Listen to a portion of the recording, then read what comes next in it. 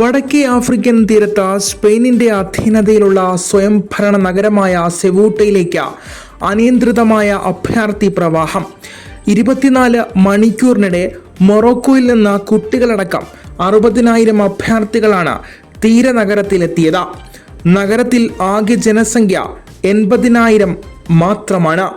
അതിർത്തിയിൽ വൻ സുരക്ഷാ സന്നാഹമൊരുക്കിയ മൊറോക്കോ സേന ആളുകളെ തടയാനായി ജലപീരങ്കി പ്രയോഗിച്ചു. കടൽ കടക്കുന്നതിനിടെയും സംഘർഷത്തിലുമായി 100-ലധികം പേർ മരിച്ചു. വ്യാഴാഴ്ചയാണ് കൂട്ടത്തോടെ അഭയാർത്ഥികൾ എത്താൻ തുടങ്ങിയത്. സ്പെയിൻ പ്രധാനമന്ത്രി പെഡ്രോ സാഞ്ചസ് സെവൂട്ടയിലെത്തി സ്ഥിതി വിലയിരുത്തി. ആഫ്രിക്കയിൽ നിന്ന് മെച്ചപ്പെട്ട ജീവിതം തേടി യൂറോപ്പിലേക്ക് കടക്കാനെത്തുന്നവരുടെ മുഖ്യ പ്രവേശന കവാടമാണ് സ്പെയിൻ. മൊറോക്കോയുടെ തീരപട്ടണമായ എഫ്നെഡക്കിൽ നിന്നോ ബെല്ലി യുനഷിൽ നിന്നോ 3.5 കിലോമീറ്റർ കടലിൽ നീന്തിയാണ് അഭയാർത്ഥികളേറെയും സെവൂട്ടയിലെത്തുന്നത്. മൊറോക്കോയുമായി 8 കിലോമീറ്റർ അതിർത്തിയും സെവൂട്ട പങ്കിടുന്നുണ്ട്.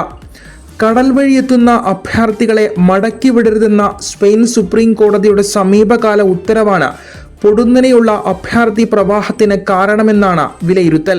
കോടതി ഉത്തരവിനെ തെറ്റായി വ്യാഖ്യാനിച്ച് പ്രചരിപ്പിച്ച മനുഷ്യക്കടത്തുകാരാണ് ചെറുപ്പക്കാരെ പറഞ്ഞു പറ്റിച്ച് അതിർത്തി കടത്തുന്നതെന്ന് പെഡ്രോ സാഞ്ചസ് പറഞ്ഞു. യൂറോപ്യൻ രാജ്യങ്ങളേറെയും കുടിയേറ്റ വിരുദ്ധ നയങ്ങൾ കർശനമാക്കിയെങ്കിലും സ്പെയിനിൽ കുടിയേറ്റം ഉദാരമാണ്. സ്പെയിനുമായുള്ള അതിർത്തിയിൽ കർശന നിയന്ത്രണം ഏർപ്പെടുത്തിയെന്ന് ഇറ്റലിയും ഫ്രാൻസും വ്യക്തമാക്കിയിട്ടുണ്ട്.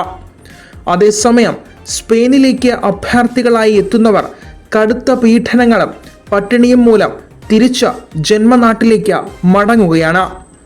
News desk Mallu 1.